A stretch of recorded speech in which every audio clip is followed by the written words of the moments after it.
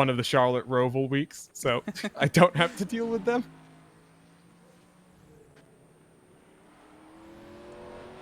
I actually was taking about like 2 or 3 hours to try and build a setup to run open this week, and Atlanta is just my kryptonite. I don't understand it.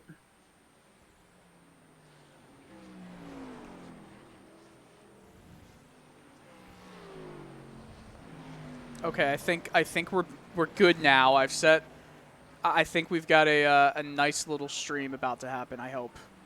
Can you drive in a straight? Can you turn left and right? That's gonna be the challenge, actually. Oh well, I'm also streaming this on Twitch, Jonathan. Say hi to my. Did you just cut out for everyone else? Did I? Yep. Yes. No. Okay, I'm just checking. Oh. See, it doesn't look. I have the iRacing stats, and the renderer is okay. Like, there's nothing wrong with the renderer, but Lol, my last stream was me unboxing my PlayStation. PlayStation 5? Yeah. I also have one. It's the controller is incredible. I got peer pressured into unboxing mine. 2020 iRacing Chili Bowl commentary prep. This is a very accurate stream title.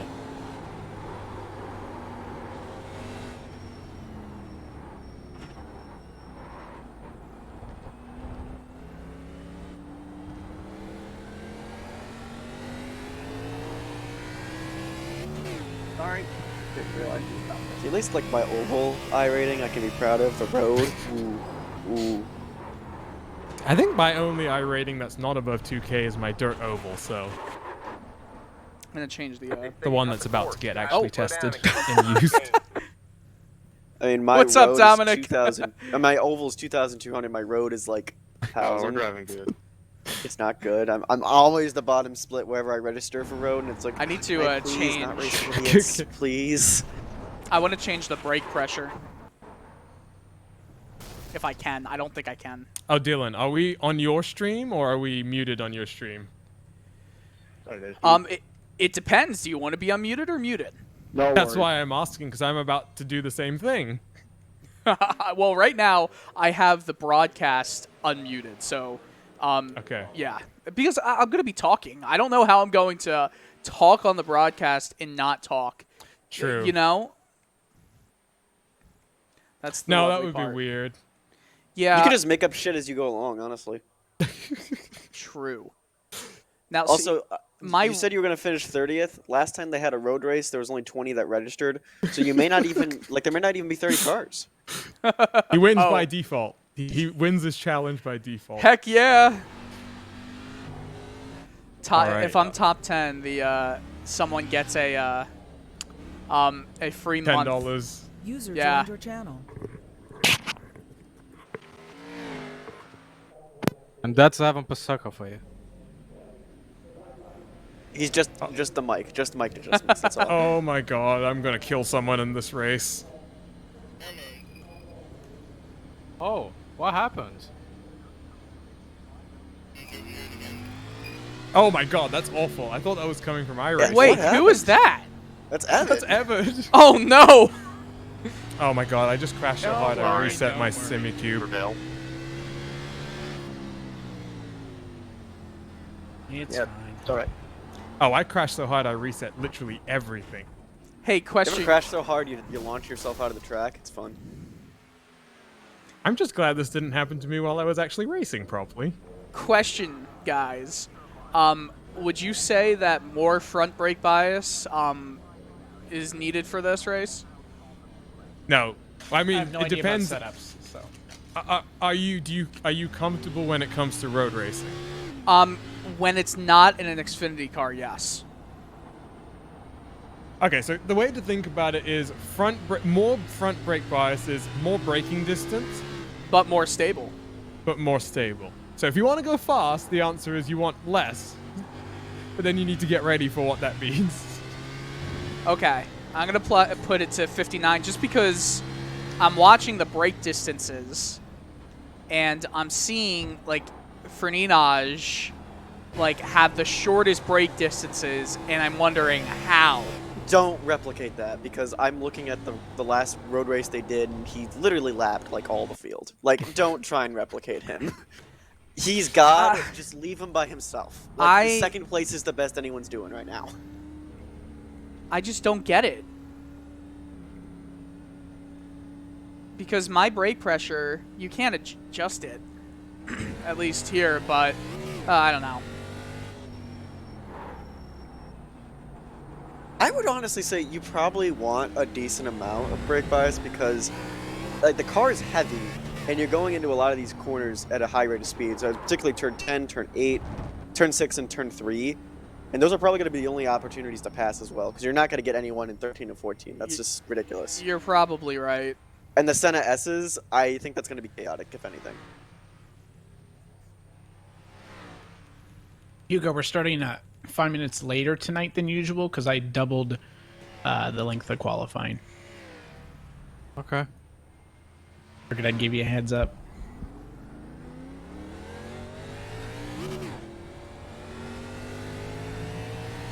See, driving Xfinity on road is like driving a touring car or a GT4 car with the engine of an LMP1. It just doesn't make sense. I want to... Jonathan, I need you to rate my driving here. You're asking me, a man who turns left, to rate someone that turns right. I mean, I can't. I do it on a regular basis, but you're driving in a car that turns left.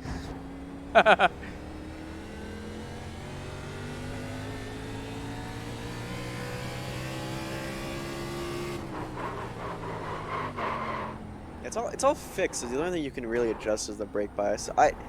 I would just put it to where you're comfortable, because it's also 40 laps. Like it's not like a sprint. Like there's going to be a pit stop in the middle of there, and it's going to be under green. There's no full course caution.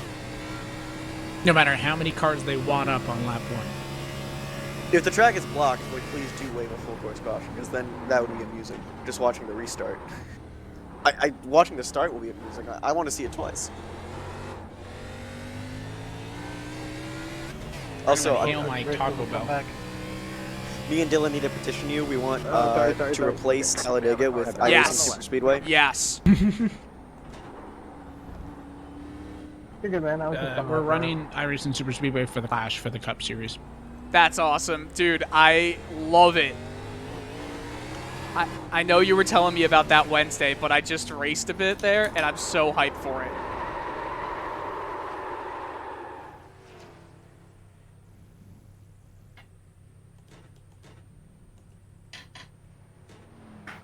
So my best lap time I got here was a high 44.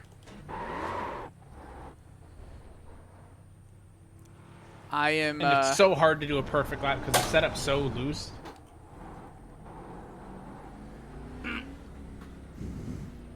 I am about to be probably much more quiet in this race than typically.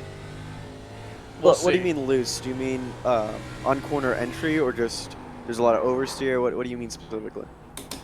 On exit, really, it's just touchy. Whereas Yeah. like, Oh, when I was the back testing end? with when Yeah, I was that's- testing with the Road America setup, it was a lot more planted. That's what I was kind of talking about. Like the Xfinity car is not built for road, and the amount of power you have in this engine, you really got to be careful with the throttle, no matter what setup you have. Oh, yeah, you can like spin the tires high in second gear still. I am so fed up and with that's an second improvement gear. from normally. You can adjust the ratios of the gearing. Oh no, it's fixed. Never mind. You can't. Oh, Hugo, to continue my trend of giving you Lowest shit last speed second, I have wreck a logo ever for the right race. there. I'll send it to you. I'm awful, I know. sorry, that was hilarious, though. There's gonna be a lot of that. Oh, I know. I'm trying first gear. It doesn't work well. My God, I knew I was going to be bad at this chili bowl stuff, but I didn't realize how bad I was going to be. First and second gear here frustrates me to no end. At least you have gears. True. I've got so much power, it just flips when you nail the throttle. I know, it's so awesome, isn't it? The dirt midget is not awesome, it's terrifying. It's amazing. It is an amazing piece of work. I unfortunately do not have enough time or money to purchase all the dirt stuff, but if I did have enough money, ooh, I would be on that a lot. I'm all right at Rallycross. I'm awful at Dirt Oval. It's sad because out by me and Dylan in Philadelphia, there really isn't a lot of dirt tracks, but then back here at home, there's tons of them. How do you get these cars to turn then? Yeah, you flick it. You without flick it saying- and drift. You gotta yeet it into the corner is the technical All term. right, Yeah, but I don't trust myself. You gotta. no one You can g- hear you me just right gotta now. flick it I'm in not sure there. if you guys can my hear me. fucking thumb. But You I'm gotta gonna flick spend it a in lot there, of and then you time. gotta, like, counter steer. Are you kidding me? It's a lot like if your back end is loose Nah, I'm not gonna worry about constantly that. on like a 1.5 mile NASCAR oval. You just gotta keep working on it. I'm trying. I was gonna consider doing the intro for the broadcast in French. Bienvenue. You must do that. Bienvenue Evan. to Le Mans.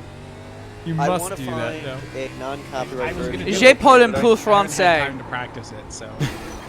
Excuse me. Whoa! I just had a major glitch. You got to check out what just happened. With the motor.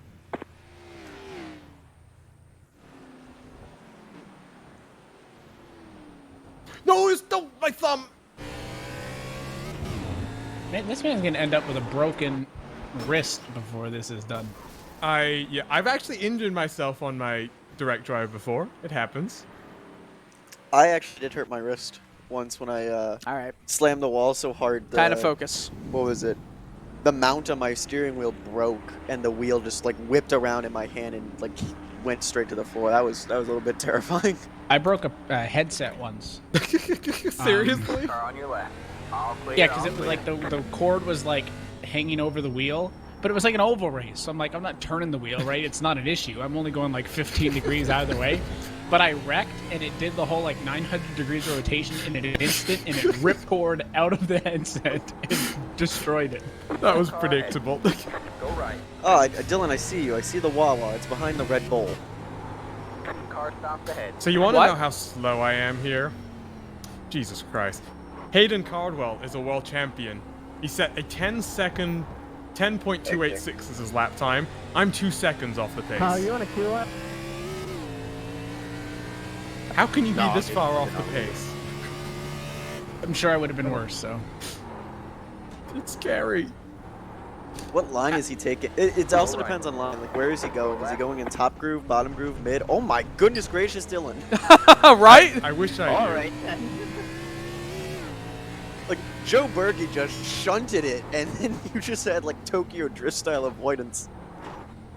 Oh my God, that's gonna be terrifying. Going through 8 and 9, Evan, I think they're going to crash a lot. they're probably gonna crash in every corner they can. I love the hairpin. The hairpin here is one of my favorite turns in all of. By the way, I'm using a formula wheel for this race. Hell yeah! Like the hairpin, it's just an iconic little corner. It just has such good camera I angles don't and even know how camera to say it in French, so I'm not gonna try. I barely hairpin. can speak English.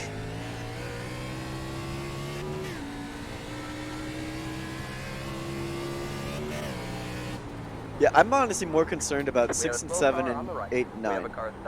Those backstretch little chicanes.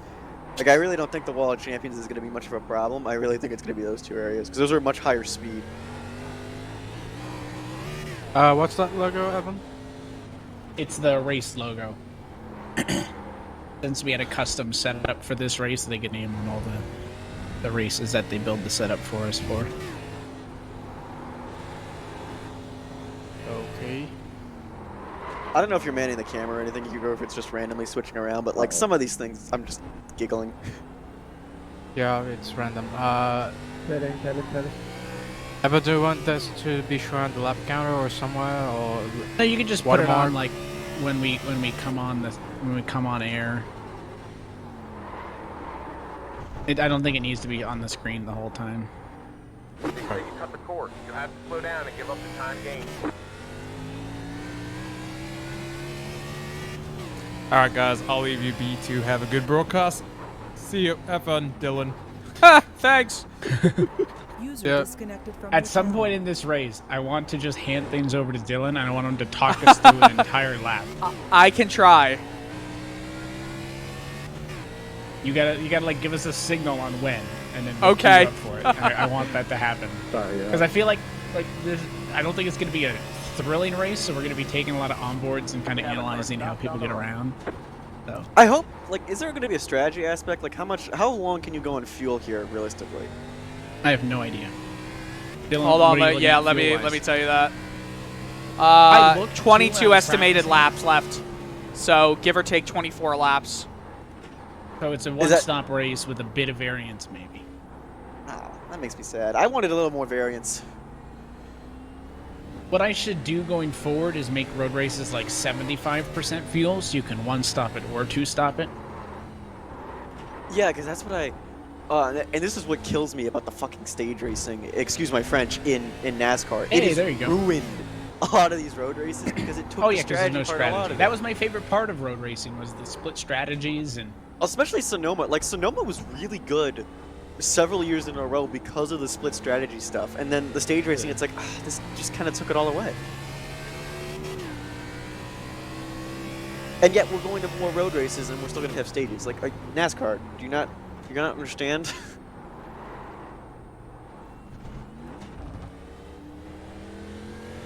How many are registered, by the way, Evan? we were at like, let me see, let me open my JRT and I'll get the number. I thought it was close to 30 when I loaded in. I don't know if it...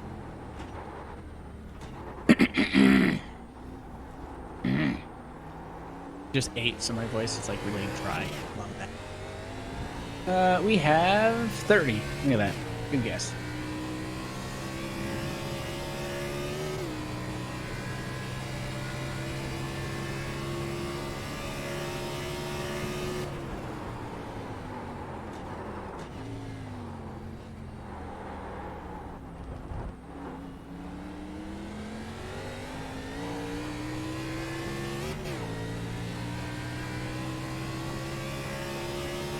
And then, are we going to have timing 71 up for this? Car on your right. Okie dokie. Still there? You gotta get Hold yourself your a line. JRT sub. Stay left. It's a what did the JRT sub? Clear on Just the right. like JRT timing. Are you in the sim or are you just on the feed? I'm just on the feed. I just trying to you'd run have this to sim. have it. Yeah, you'd have to have it for the JRT to work. So Oh no, I do. Oh no, now I know what you're talking about. I do have the JRT. It was just like my CPU is slowly yeah, dying. it's a lot of shit to run at once. I couldn't do it until I upgraded my computer last year. I don't think they made any graphics adjustments or anything, but I've actually had to play around a lot with my graphics settings today when I was testing because I was getting noticeably lower frames. I really don't know what was up. Oof. All right, we're going qualies. How much scrutiny do you have?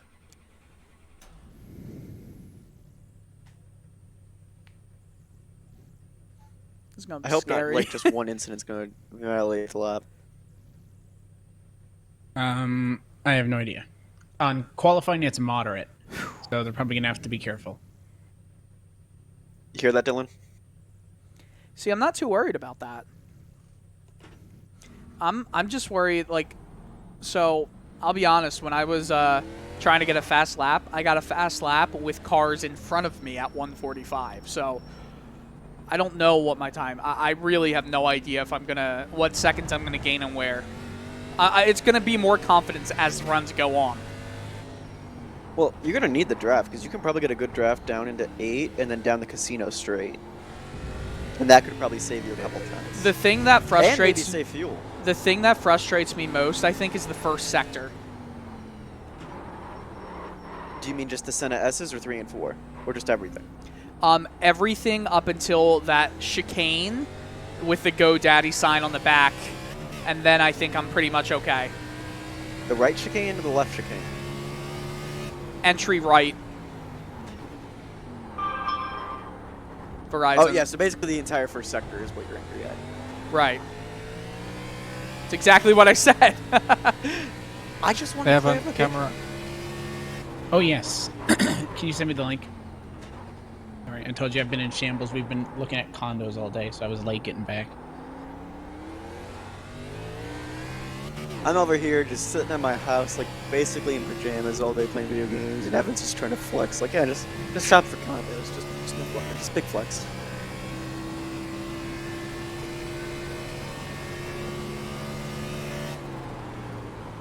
Debate: should I leave sector times up for this one? I feel like I should, just so I get an idea. Because normally I take them off. Cut the course. You have to slow down and give up the time gained. Gracias, Hugo. Here comes your first time. And do I sound okay, Hugo? I figured out what it was. Oh, my That's tree's alright. not even turned on. We're just slumming it right now. Yeah, it was the cord. You that guys would connected love into my my computer. random like I gotta bedroom. plug the tree in. Hold on. This is not acceptable.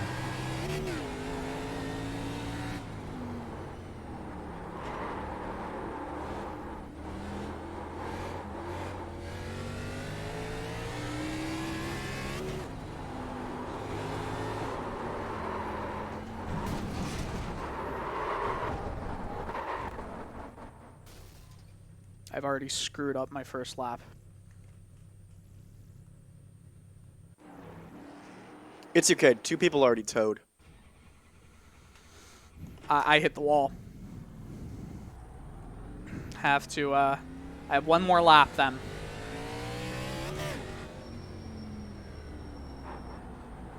Okay, I'm back.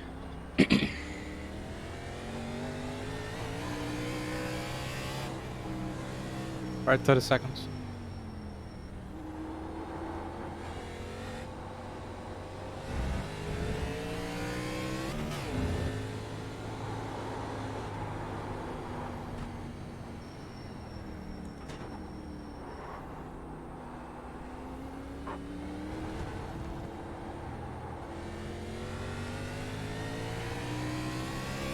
Okay, 10 seconds silence, please.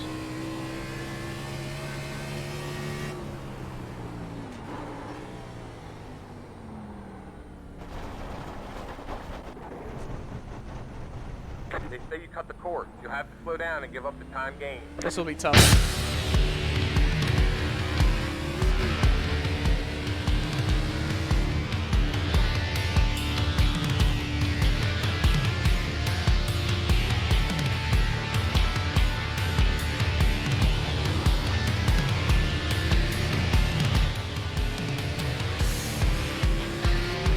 Live tonight from the virtual circuit Gilles Villeneuve, we say bonsoir et bienvenue à la course 4 for round 4 of the 2021 Real Sim Racing iWRAPS Winter Series. From north of the border in Montreal, Quebec, we welcome you to RaceBot TV's coverage of the Makoni Setup Shop 108. 4th different race of this season, 4th different type of racetrack. For the first time this year, we go road racing. And we're Hard happy to that hear you're with as the, always here sound. on RaceBot TV. Jonathan Burke alongside myself, Evan Pasoko, with our producer Hugo Luis downstairs, and Dylan Coyle as our RaceBot TV in-race reporter once more. And we talked about this, Jonathan, right for the first couple of weeks. Very different ovals. Well, we're making a bit of a throwback trip, if you would, in these Xfinity Series cars to a track that we've actually never been to before in this Winter Series, headed up to Montreal. It's a very unique track, a very different track when you consider a lot of the road races the Xfinity cars have been to. Last time that this series of road racing was all the way back at Mid-Ohio, which is a very different track compared to Canada. This track has 14 corners. Last time the NASCAR series was here was all the way back in 08. So it's been cars as well. It should be very interesting and fun though. And that's why we thank our friends over at Makoni Setup Shop, because the Xfinity Series don't come here anymore, and this is a fixed setup series. They helped us out building the setup that all the drivers are running on this evening. But let's talk about how we've gotten to this point. I talked about those 3 very different races that we've seen to open the season, and we've seen 3 different race winners. Most recently, Matt Danson getting the race win last week. I'm really frustrated 3 with that. races. 3 different winners. How Freenage and Danson have been to victory lane thus far. The night first of 2 trips to road courses this year. We'll be back at the Indianapolis road course second week of January for round number 8. But points-wise, coming into this, Andrew Freenage's advantage at the top of the championship, despite a loss, did grow a little bit. But Danson, Cato, you got all these other drivers, Dominic Howe, so your 3 race winners in those top 3 positions. I'm actually really frustrated. We could be in store for a great championship battle, and we heard it from Danson last week, right? The fact that maybe we didn't mention him as a championship contender in those first couple of weeks, he used that as motivation. Now he needs to take a race win from last week and turn it into some momentum to not let that 88 car get too far away. And this is going to be key. We've doubled the amount of road races from last season to this season. So success here and a solid finish is going to be key for anyone to keep in touch with Andrew Freenage. He is the last road winner. He did win at the Mid-Ohio Sports Complex last year. So it's going to be all about making sure you minimize your damage to that 88 car if the 88 car is the one to beat tonight. The 88 may struggle, who knows? It'll be interesting. Another thing that is a rule modification from our oval racing to our road course racing is there are no full course cautions. So we could wad up all 30 some odd cars in the field here tonight, and they would have to figure out how to make it work. Strategy wise, we're looking at about a one-stop race. There's a bit of variance in when these drivers want to take that pit stop at about halfway home, but tonight's race 40 laps long is 108.4 miles total time around this 2.71 mile road course, 13 to 14 corners depending on who you ask to get around this place. And it really does feel, you know, it essentially, right, feels like it's a street circuit, and there's a lot of those parts of the racetrack where it is very thin. There's limited runoff. Of course, this track's really known for being an F1 circuit, right? But the Xfinity Series, at the time, the Nationwide Series, as you mentioned, did race here some more than 10 years ago, so it's not unprecedented to have these cars here, but certainly this version of the Xfinity Series car hasn't been here. And, you know, when we go to places like Mid-Ohio, even when we go to the Indianapolis road course later this year, those are racetracks that I think these guys may have driven a couple of laps around in these cars, right? I don't think maybe 1 or 2 tops. I don't think many drivers have done laps in these cars at this track up until they knew it was on the schedule this year. Now, it's a track you don't see often or at all in any of the scheduling, and it's a track that I've seen added in a few series just to get a little more variance. All right. Different things in there. I know it seems like there's a big push. Yeah, I'm right now really for some frustrated road right now. racing action in some of the NASCAR calendars and leagues. As you see Sam Neto getting a little bit wrong there, but this track is very unique and very different to, say, Mid-Ohio and where we were running. You mentioned it is kind of like a street circuit, but it's almost that classic Grand Prix style racing that we're talking about. Very thin margin of error. It's not what these guys are used to, so they're gonna have to take a lot of time getting used to each other on the track, because they may also not have driven this track when there's 30 some odd cars there. Yeah, a lot of S sections as well, right? Basically, you got the left-hander and the right-hander for 1 and 2. Same thing at 3 and 4. Same for 6 and 7. Same for 8 and 9, and then 13 and 14, right? There's a lot of those areas on the racetrack. It's also a track that has a lot of straightaways. Nieto is not going to get a lap time, and there's only about 5 seconds left on the clock. But just to kind of walk you around the racetrack, here's down in 8 and 9. Then he heads down to the hairpin. We'll have plenty of opportunities to check in as this race may become a fight for survival. First time for a lot of these drivers on a road course in these Xfinity Series cars since last year's Winter Series. We're ready to do it here for 2021. Let's go trackside and take a look at your iWRAPS starting grid, and it is Matt Danson on pole by 9/10 of a second, better than the defending road race winner and Andrew Freenage. Michael Araya, Agnew Phillip going to make road 2. They'll start 3rd and 4th position, and Daniel Eberhardt in the top 5.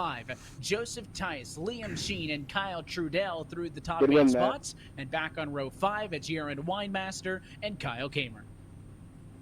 Reese Lechizinski in the 03 and Joe Berge in the 4. Line up 11th and 12th. They're hoping for some good results here. Braxton DeWeese and Bobby Krug. Krug finished towards the end of the field last time, hoping for a good road result. David Washington and James Ross, 15 and 16. Looking back at Gary Weaver, highest he started so far this season in 17th. 18th for Nick Mara. Dominic Howe is in 19th. And Shane Kylist in 20th. And that was the last driver to take a time in qualifying, so the rest are provisionals to John Ellenberg, Dylan Jones, Brian Chambers, Sam Nieto, and Ross Cato, your top 25. And then it is Dylan R. Coyle, Michael Mosier, Michael Kaczynski, Matt and All right. Steve Soa through the number 30 spot. So a little bit of a smaller field may allow these drivers to get a bit more space. There's your onboard looks. We'll be checking in with these drivers all night long, and tonight they're going to be getting in a lot of work. I promise you that. They're going to be busy trying to get these Xfinity Series cars treacherously around this circuit, Gilles Villeneuve. And, you know, I mentioned that it may be a battle of survival. We were talking about this pre-race, Jonathan. 40 laps is no slouch either. You do need to be consistent while also being fast to make it to the end of this race, especially we talked about how thin We're probably going green. Derail your whole race. And at the I Wall don't of know if you noticed Champions. this, but I did want to point it out when you're talking about the track information. The Jeez. track is about 96 degrees, and these tires are going to go away. They're going to have a bit of grip issues, so maybe different strategy is going to be kind of tough on them. Pace car off it. We're happy to have you with us as always for a Monday night on Race Spot TV. The field in the hands of Matt thankfully. Danson. He wants a second straight win as we say, let's go racing from Montreal. The first road race of the 2021 Winter Series. Got one on your left. Still there? Hold your line. Stay right. Clear on the left. Got one on your left. Still there. Couple of bobbles through the first set of corners, but clean so right far. there. And at the Three front wide, of the you're in field, the middle. Andrew Clear on the Freenage to the right, lead. two wide there. Dylan Jones Three is wide, off you're on the track, right. back in traffic. And race leaders, Clear on the though, left. keeping it on track. And again, that 88 car to the point in those first set of corners. It's a brilliant start from him going down into the Senna S's, out-breaking Matt Danson. But again, we saw the qualifying time from Danson. I'm a little bit impressed, and if I'm Freenage, I'm going to be looking in that mirror every single corner. Oh, and a spin, that's Agnell Phillip, the 94. He gets turned off track. I think that's turns 8 and 9. Got one on your right. One of the top 5 cars Good in stuff. practice Still there. and Hold in your line. qualifying, and he has to wait for the entire there. field to pass to rejoin the track. So Agnell Phillip with issues Stay on the left. opening lap of this race, and that was totally unassisted. You Too ain't the hard on only the one. brakes. Let's watch. We have a slow car on the right. Clear on the right. Car on your right. Keep left. Clear on the I right. thought bit that of maybe overcorrection he there would as have well. gotten some help from behind. I thought maybe he would have gotten those left side tires in the grass, right? But I don't know if it's just he overdrove the corner and missed his braking point, or he felt like the guys up the road did. But that's all on his own. An impressive job not to take out Lariah, I believe, who was in front of him. One of the best cars in the field out on his own at the end of the opening lap of this race. Look at this scrap now on the lap number 2. This group led by Joseph Tice. He overcooks it into turn number 1. It's going to be Liam Sheen on the bumper. They fight for 4th, 5th, and 6th, side by side behind them between Trudell and Kamer. These things are so Eberhard weird. got overtaken by both of them, and now here comes Kamer. A little bit of contact. Eberhard goes off. It's so tricky in these S sections. There's so little margin for error right now.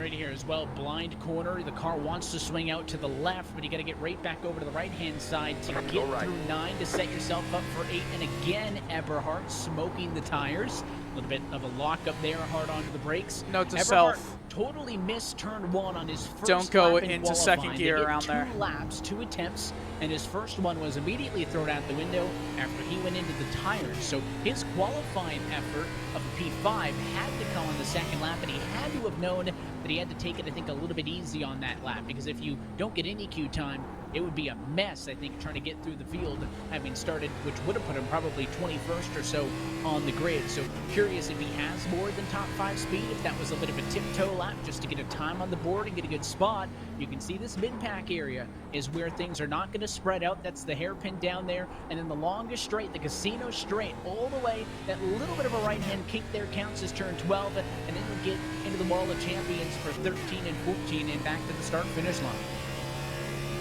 This is going to be a big overtaking zone as well. They had long straight with the draft. You can see Eberhard almost getting into the Wall of Champions there. Eberhard is struggling. He's got now Got a Kamer slow looking car to on the right. inside, We have going a into the car Senna stopped S's. on the right.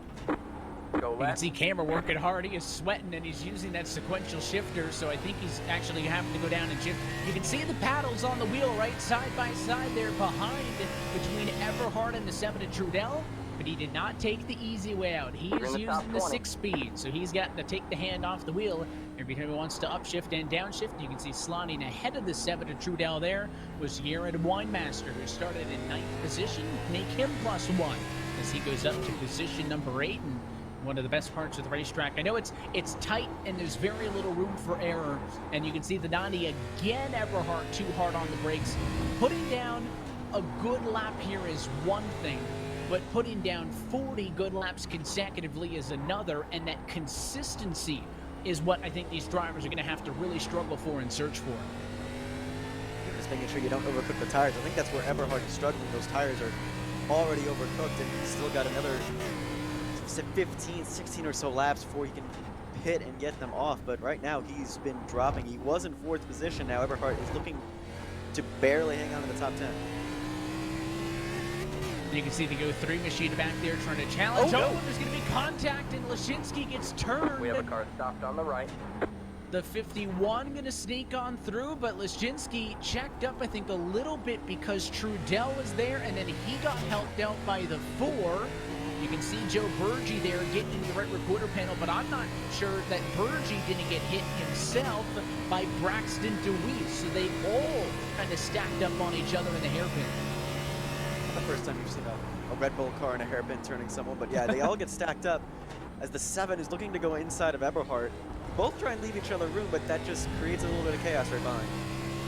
The tough break for Lashinsky at the moment of contact. He was scored back in position number 10. He falls to 14th as of that time by the start-finish line. So now the next battle, Daniel Everhart in 8th position. Up the road, you got Kyle Trudell.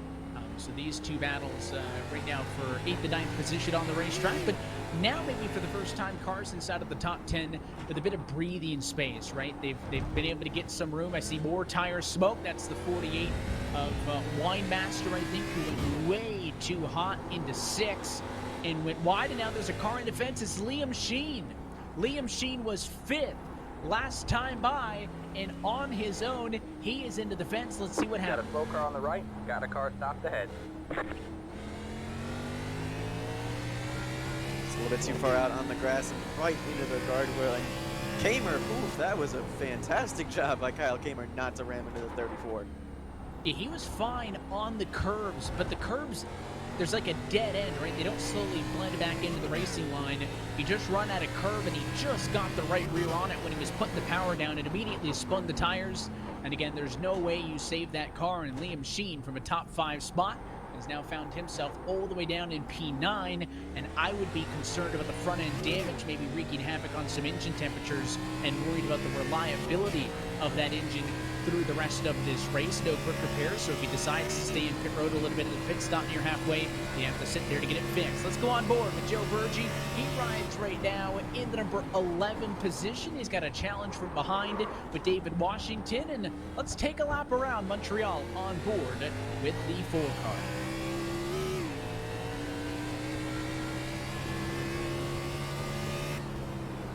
Keep digging.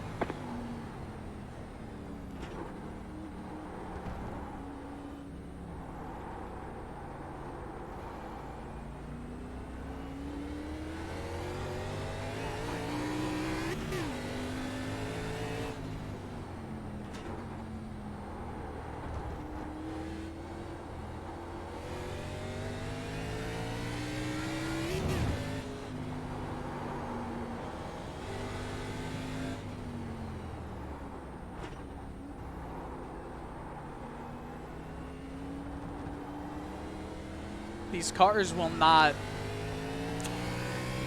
handle well with snap steering, obviously.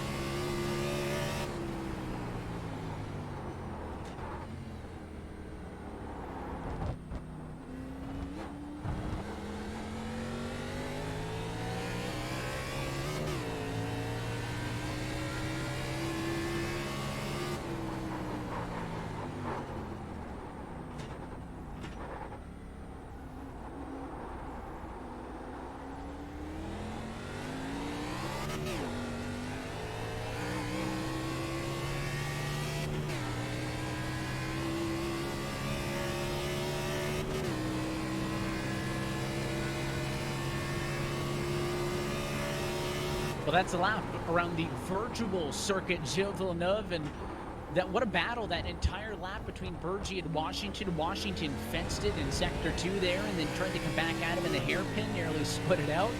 Burgee, you can already see the battle scars. We saw some of the contact a little bit earlier in this race, and seems like it's not hard to find a bit of trouble as these drivers really pushing the envelope.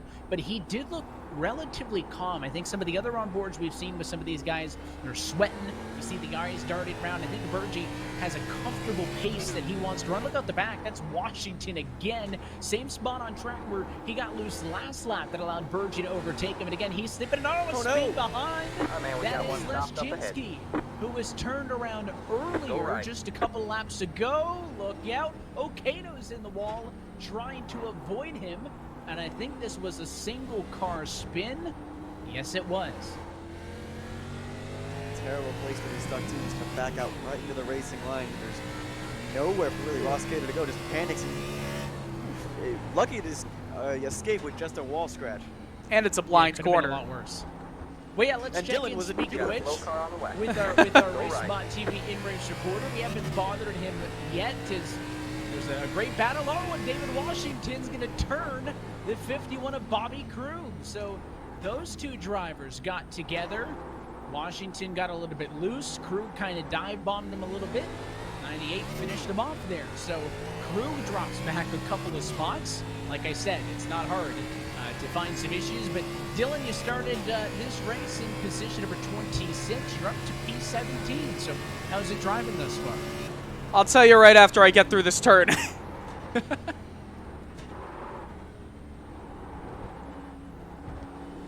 It's been good. There you go. Oh.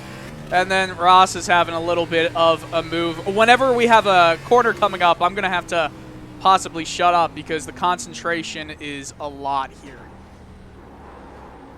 And you can see as well, this is something that we were talking about pre-race with Dylan. You can notice he's got the Formula-style wheel on it. So I mentioned that, we saw Kamer actually using the H-pattern shifter instead of his paddles.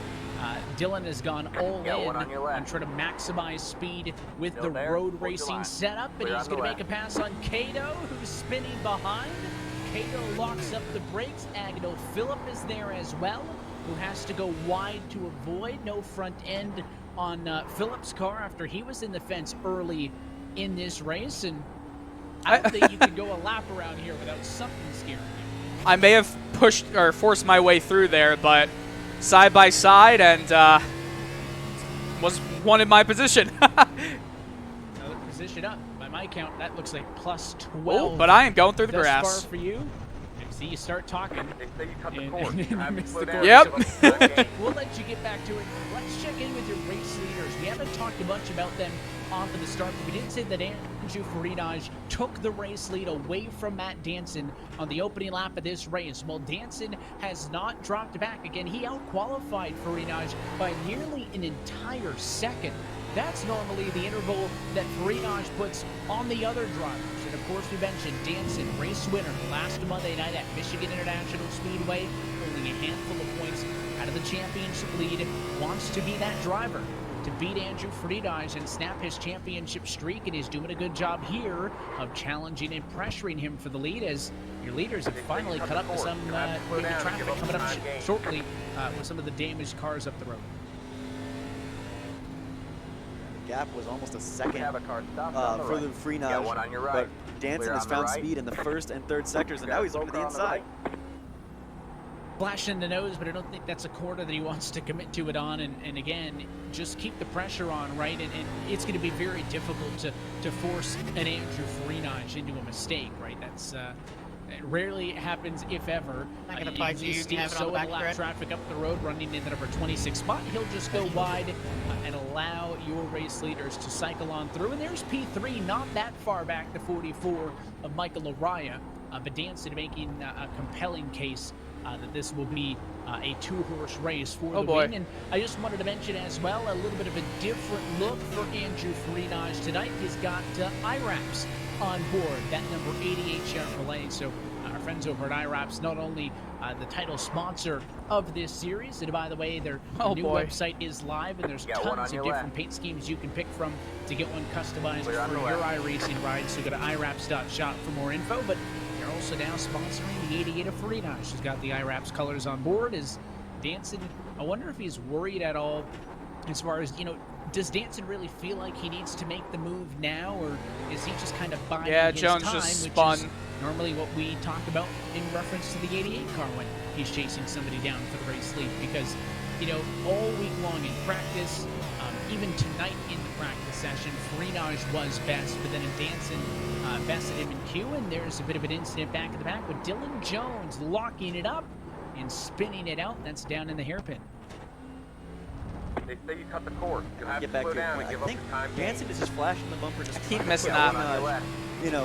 Freenage, in a position where he has to keep looking in his mirror. He has to, keep being aware. It comes down to is. tires, I You guess. don't want him to get too far ahead. This reminds me of like the 2009 Canada GP where Hamilton and Vettel were going back and forth, and they were 1 and 2 until there was a controversial penalty at the end. But I think Danson just wants to keep the pressure on and wants to really wait until we get to pit stops, I think, before committing for a move. A bit wide there for Freenage, though. It'll open up the door for the 50 car in Danson, but not enough. Does he have a run to try to use the draft down this long casino straight? He's going to end up about 3 car lengths off of the bumper of the 88 machine, so it will not happen. And since we last checked in, there's Lariah in the background, P3. The difference between them has gone from 3 seconds to 4 and change, so your leaders are about anywhere from 3 to 5 tenths of a second faster than the next fastest cars on track. So it looks like a heavyweight fight between these two that's likely to continue all races. We're working lap number 10, quarter distance. Danson really driving it in hard there in 1. Yeah, I think I've noticed something this Let past him few laps, overcook and that's it Danson if is he does. a little more aggressive on the ends of the corners. he definitely, Freenage I think, tends to be did. a little more Oh, aggressive maybe out. not. These are equal Yeah, he setups. did. It is a fixed setup race. So this is just a battle of 2 different driving styles, really, 2 different ways to attack the track. And you mentioned him getting wide in the So hairpin. uncomfortable. I think that's just Freenage's line. He's getting wide, trying to get a good run into 11 and maximize exit speed. And Danson obviously trying to make the inside work, maybe adjust his line off of that corner, kind of work with what Freenage has given you and find a hole, if you will, in the armor. But I mean, so far they are just lockstep with each other through the first quarter of this McConey setup shop at 1:08. They'll deal with more and more traffic as the race goes on. We saw them catch Soa in the hairpin up the road, Michael Kuczynski, Michael Mosier, so a handful of cars up the road. In most situations, those lapped cars are going to do everything they can to get out of the way, but right here, when you got a couple of them there, as Mosier goes wide, eventually you will get stuck.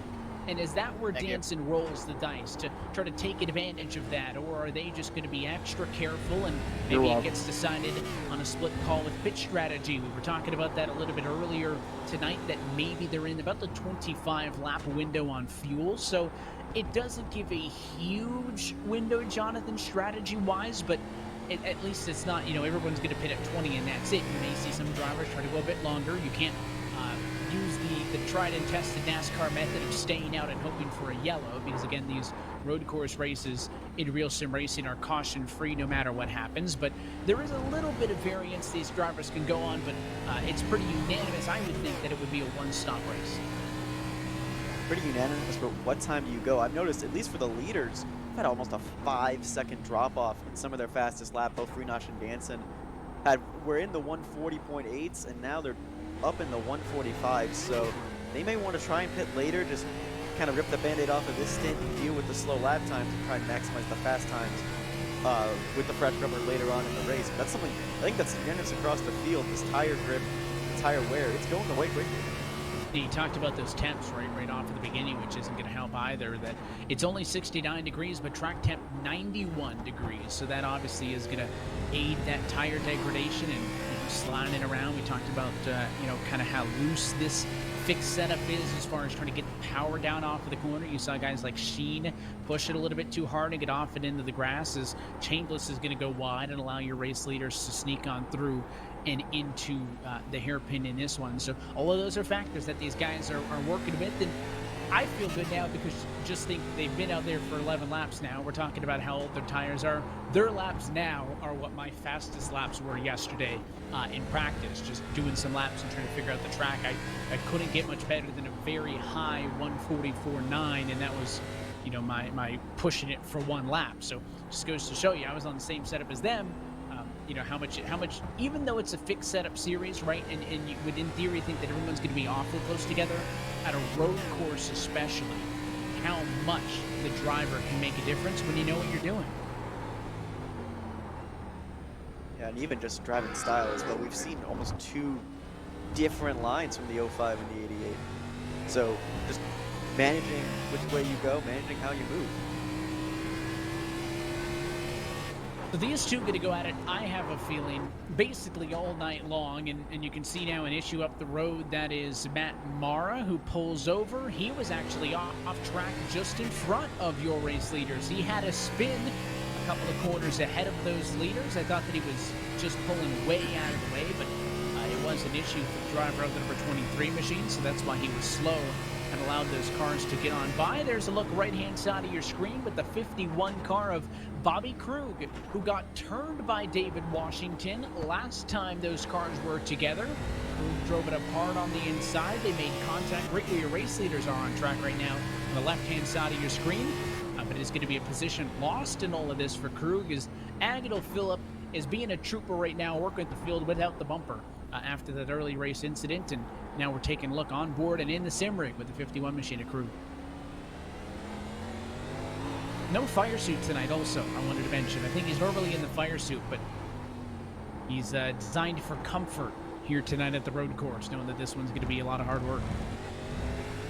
You're just out of your element. Like, you just want to be in a nice, comfortable position. I think that's where Krug really is.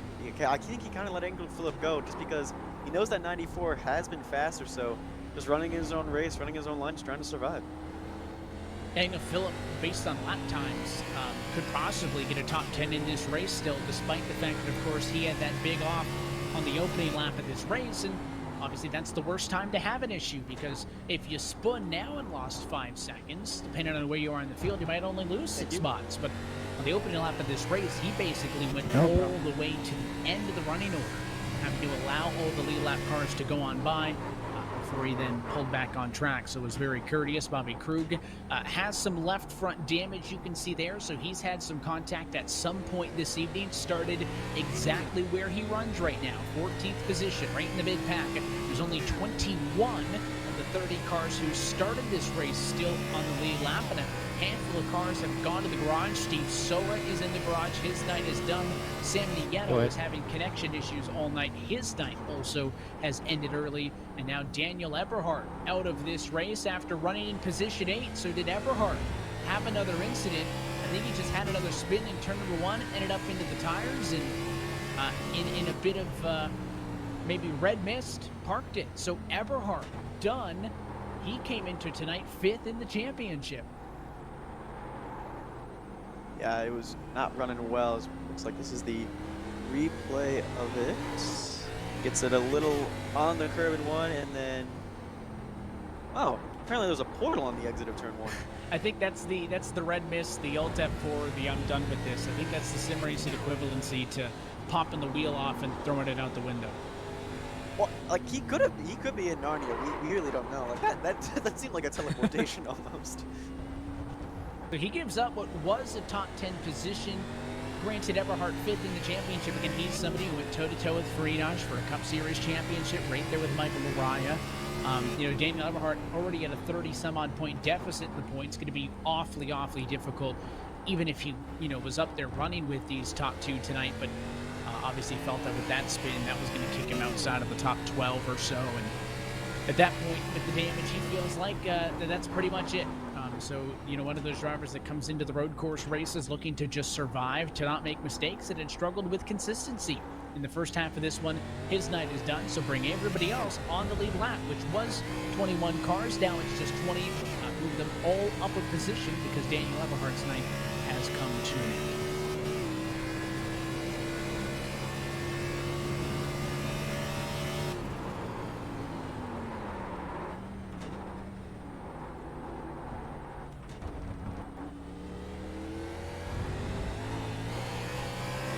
With our race reporter Dylan Coyle, he's slowly trying to catch the number 12 machine. Those two have been close most of the night. Yeah, you know, I think for me right now, it's just survive until the pit stops because I do not have the same shorter braking distance that I have had when I had fresher tires. Yeah, I've noticed this on the lap times that the tire drop up is really, really huge right now. Yeah, it's really it's a struggle out here right now for sure. I'm glad I'm up here. Yeah, I wish I was you right now. Oh. Whenever I talk to you guys. You can just sign to us, and that'll help out. Tell us about the decision, though, to change the wheel for this race, obviously, because it's a road course. Do you want the racer's answer, or do you want the truth? Give me both, and then I'll decide which one I like better. It takes too much time to screw in the other wheel with, one screw, and it's road racing. It's a matter of convenience there, as you can see, and we pick up a battle a little bit further up the road. Agonal Phillip has gotten around David Washington, so those two drivers exchange 12th and 13th position. Again, Phillip is about now 8 seconds off of John Ellenberg in 11th. He's been awfully quiet. Whenever I talk, that would be the next challenge. A top 10, though, may be tough because then you'd have to look all the way up to Braxton DeWeese, who is about 24 seconds up the road of this trio now. And look behind, here they go. It's Bobby Krug on David Washington. He'll go to the inside, complete the pass. Now a heavy braking zone for turns 1 and 2. And after they touched last time, they had a change for position. Nah, I think I just this time they do it cleanly, and Bobby Krug now back to P13. Wash did an amazing save, though. It looked like he was driving with a little bit of Corona in his system right there. The car was just all over the place, but still managed to hang on.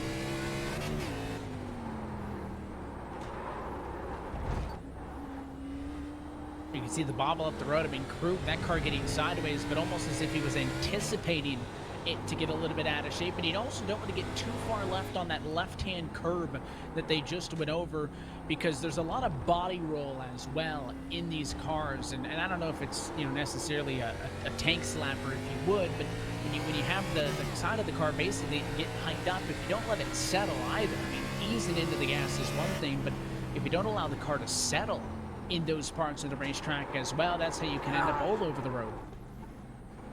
Yeah, you kind of want to take it like a GT3 style car. You can still attack the curb and do reasonably well. As they're looking at a replay of this amazing save by David Washington, overcorrecting. But you can take a little bit of curb here and be okay. You just don't want to take too much, have the wheels come up in the air, and then come back down and lose control of your car. But I think that bobble was in 14, I think, coming right by the start-finish line. So that's either what opened up the door for the pass to happen for Bobby Krug. But I don't think Krug's just going to stroll away. Now we're back on the board with Washington. A lot of curb there for the 51. And you can see just hanging the back end out. But he does get a better corner exit. But if you want to drive these cars hard, you can. And there's time in that if you're willing to hang it out like that every single lap. We've seen other drivers be much more kind of smooth operator approach, not want to get a lot of curb, and somebody like Bobby Krug obviously comfortable with using every inch of the racetrack. He's basically on the curbs, into the corner and off of each corner, and again, you don't want to get that car off into the grass. We saw what happened earlier in this race with some guys, and there's Washington. Oh, he'll spin. We have a car stopped on the left. Washington into the wall. As we rode on board, he was 14th on track. Nieto gonna make a pass. Yeah, and I'm right behind him, so we'll see what this is like. He might be seeing some red right now, too. Had a rough night. There's quite beat up number 98 machine, and again, I talk about the curbs. That was just all on his zone. I think that was down in 3 and 4. And obviously there was no challenge from behind, but I think he just got a little bit too far over those curbs, almost to the point where those left sides might have even been on the grass, totally over the curbs, and got himself loose. And fortunately, now that we're spread out, when you have a car sideways like that around a blind corner, you don't have the incidents like we saw earlier in this race where somebody like a Nieto basically had to fence themselves to avoid a car stop sideways on track.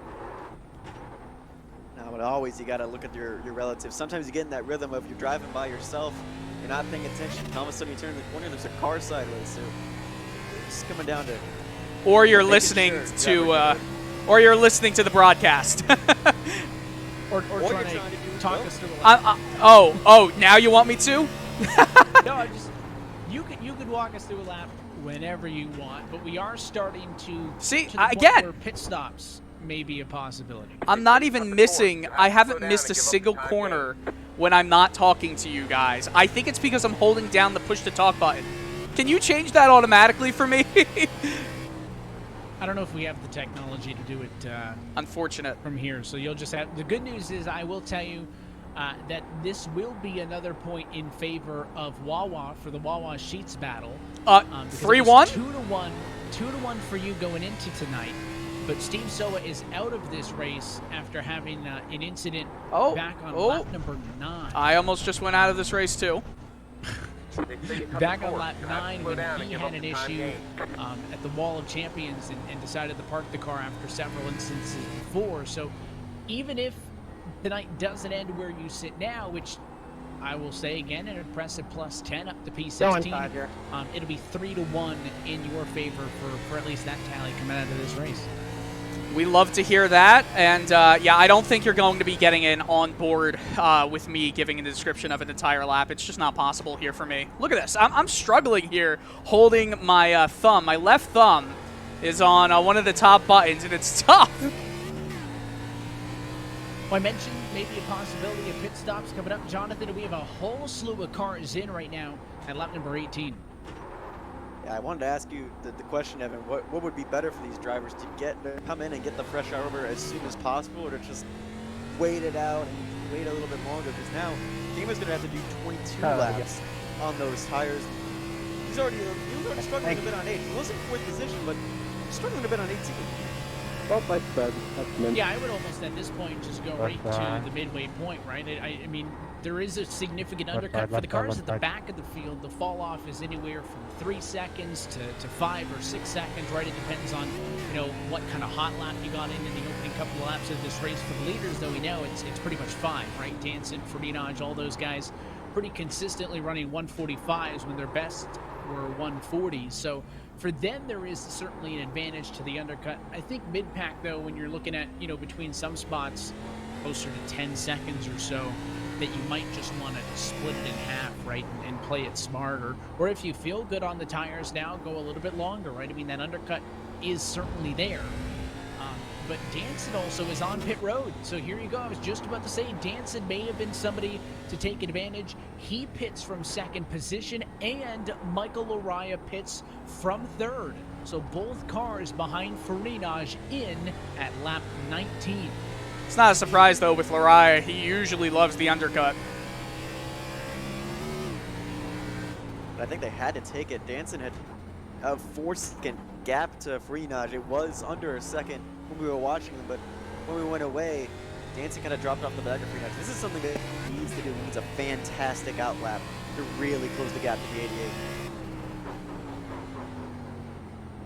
They are going to blend back out onto the racetrack right now, and you can see that's the 05 machine. That was Chambliss, I think, getting way out of the way. Danson rejoins the track.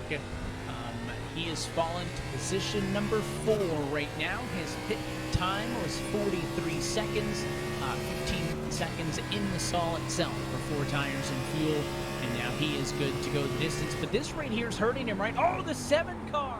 Kyle Trudell from 4th just wrecked. He has not yet come down to pit road.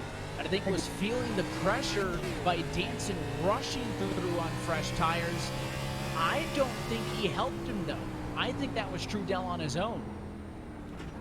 Yeah, I think he was just watching the mirror and not paying attention, but now here comes Farinaj. He has to come down pit road.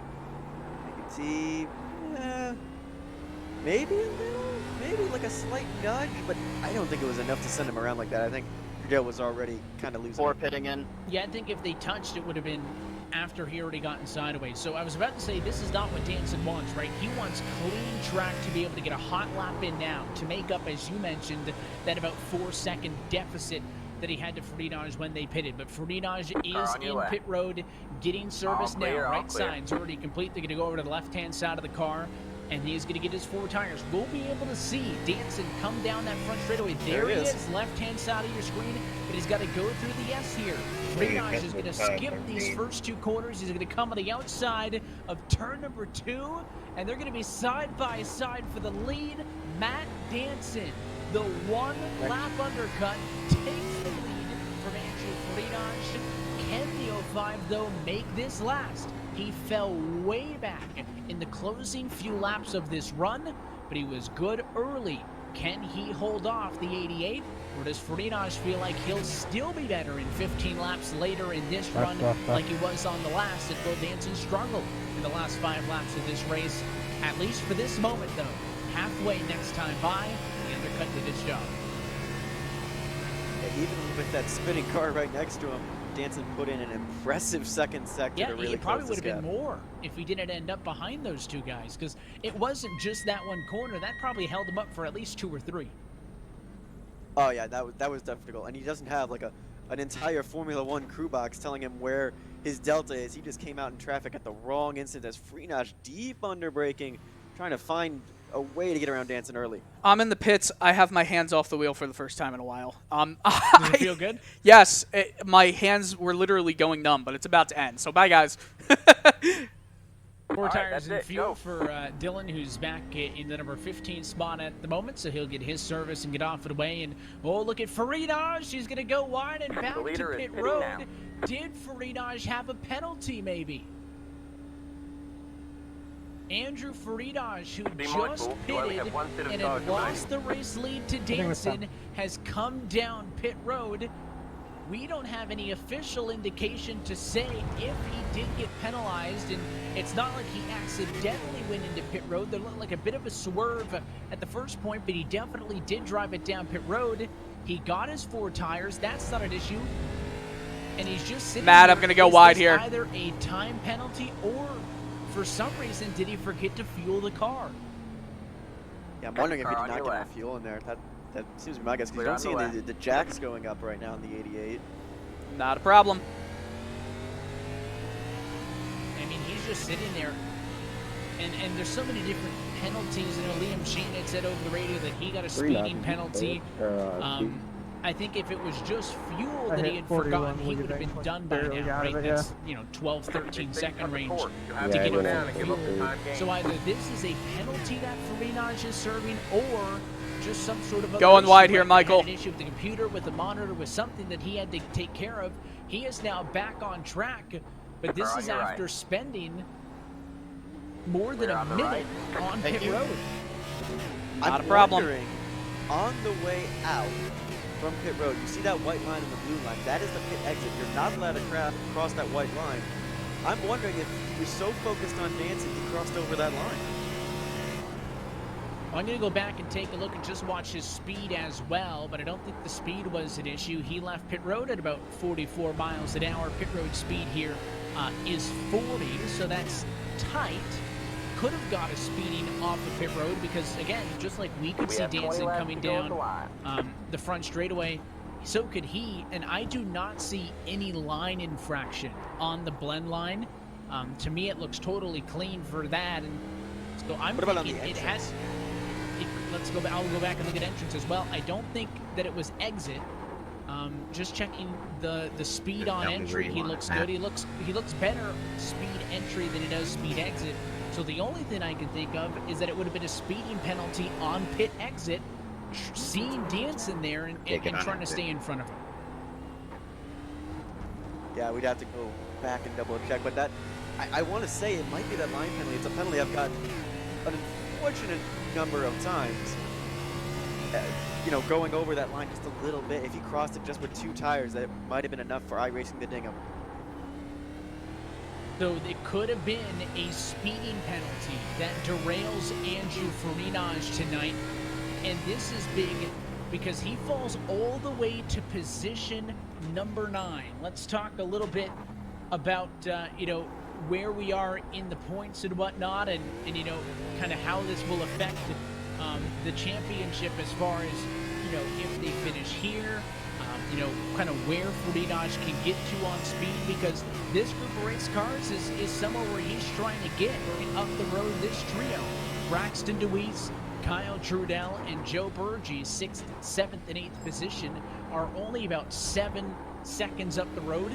I think that's something that Frenage can do. But just to talk points and kind of break down what's happened here. Of course, the win for Danson last week put him 7 points, or 8 points, I should say, off of Andrew Frenage for the lead in the championship, right? If they finish now, Danson would get max points because he would lead a lap. I think Washington just spun. Wouldn't be the that'd be probably the dozenth time that Washington's had an issue, and I think he did spin. I think that was out of 3 and 4. So max points as it stands for Danson, a single bonus point for Frenage. We could be looking at a near tie for the points if Frenage, say, gets 1 or 2 more positions in this race. What a contrary to a night in which he could have picked up points after he was looking, Jonathan, at least to be in the catbird seat approaching that pit cycle. Yeah, he was in the catbird seat. He came up behind Danson, but he had slightly fresher tires and he looked stronger on the long run. So it was Frenage's race kind of to lose against Matt Danson, but now he's going to have to try and make up time. And the problem is also these guys are racy. These guys are not going to be easy to pass. They're not going to be lap cars. They're for position. So I don't think they're going to pull out of their way for Frenage. Yeah, the racing's good because they're slowing each other down right now. So that's going to allow him to catch them. But you're right, then when he does get there, it's not going to be like what drivers have been doing all night. That's, you know, pulling literally off of the racing surface to let him by when he's the leader. Because it's going to be for position. Looks like Danson dealing with some traffic. I also heard Liam Sheen not very happy over the radio. Liam Sheen has had an issue. I think he may have lost the engine. Blow up? Signal Phillips asking him now, and he lost the engine. And I said after he knows that car into the wall that I would be concerned about the front end damage in the engine. It has blown. Liam Sheen's night is done from a top 10 spot. Here's the battle for 6th, though. To the inside is Deweese in the 6th car. Outside, that's Kyle Trudell. All these cars going to fight now as they head to the Casino Straight.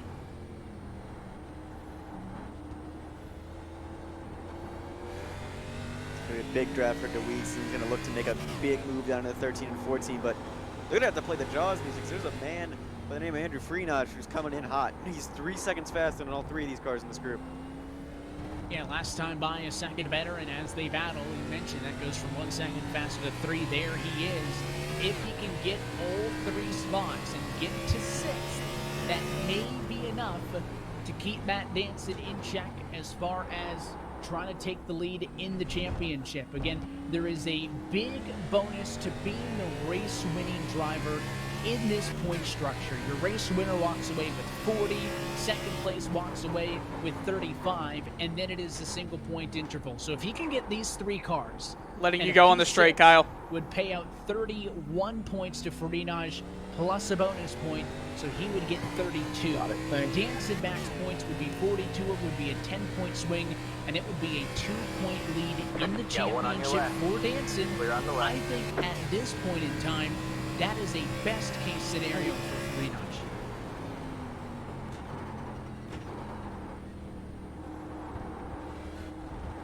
Yeah, I think the best case is going to be overtaking those cars and hoping not to get involved in those cars. But some of them, Trudell, Deweese, and Burgee, been through the wars a little bit. They've been part of contact, and Frenage has kept his nose clean.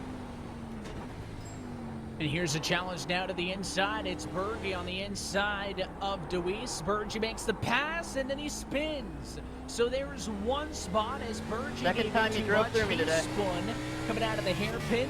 And now Frenage on the bumper. He wants to challenge, and it already has passed the 3 of Braxton Deweese. So we talked about how challenging it would be for him to get past those 3 cars, Jonathan, and 2 of them made it easy. Well, I mentioned Frenage just had to stay out of trouble, and, well, trouble found the other 2 in front of him, but he stayed out of it, and now he can go after the 7, get back up to 6th, and he may have enough pace to get a top 5 still. And Joey said that's the second time he's run through him today, his words over the radio. 10-4. I didn't see contact with Burgee down in the hairpin, but maybe he was assisted on the spin, and in fact there was assistance. He With did two head-ons get into the wall turned before you. by the 3 of DeWeese. Didn't catch that initially, thought he just gave it too much because he drove it in so hard into the corner, but the 4 got loose, the 3 drove through him, so it wasn't akin to, you know, slamming on the brakes and cutting him a break, so a bit of tough love out there. This is a fun race, though. Burgee down to position Just need to number 9. finish it. Doesn't 16 to lose go at the line. outside of his group of cars because that group of 4 was some 20 seconds ahead of the next closest driver. So now Ferdinand sets his sights on Trudell. I just think it's going to be tough to get to P5 here in Winemaster because that's another 18 seconds up the road once you get DeWeese, and with 15 laps to go, is it possible? I'd be happy Yeah, with you'd 15th. only need to be about 1.2 but seconds faster, and Ferdinand could possibly be the love best a car top on 10. track. In fact, the last lap he was Just don't think that's gonna happen. That's 0.3 okay. of a second faster than Matt Danson. Top 15 is I'm the not goal. going to rule out a top 5, but it's definitely an awfully tall order. It's going to depend with the tire falloff too. You know, we still have 15 laps remaining, and since a lot of these guys pitted earlier, the falloff is going to be a little bit higher. You're not going to want to come back down for tires, obviously, because that'll lose you even more time. So I think it's still possible for him to get the 48. He just needs to, you know, dispose of the 7 as quick as possible. In Winemaster's last lap, a 1:44.4. Ferdinand just now crossing the start-finish line. He'll put down a 1:43.4, so a second better that lap. Not enough. He needs to be a little bit better than that if he wants to make it happen. But this is Andrew Ferdinand, who at many times has looked, you know, superhuman in some of these races, and now finds himself on the back foot of a Matt Danson race lead. Danson has been taking it easy, trying to back off and allow some of these lapped cars to get some space as the 05 leads. What a turn of events halfway through this McConey setup shop 108.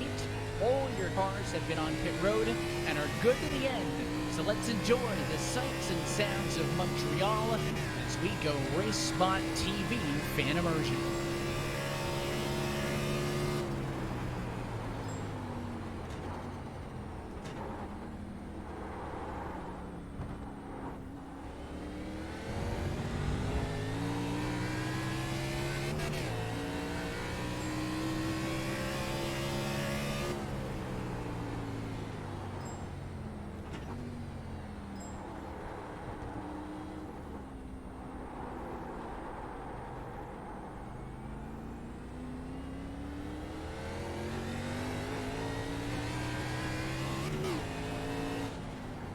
Thank you, Sean. Okay.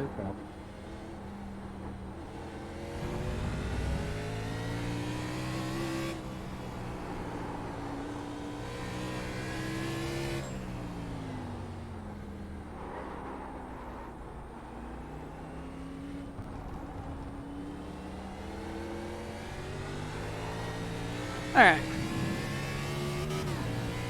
Just got to be smooth. If anyone else makes mistakes in front of me, that's just gravy. Or behind me, I guess. Although, got a 23-second advantage for this spot. Be smooth.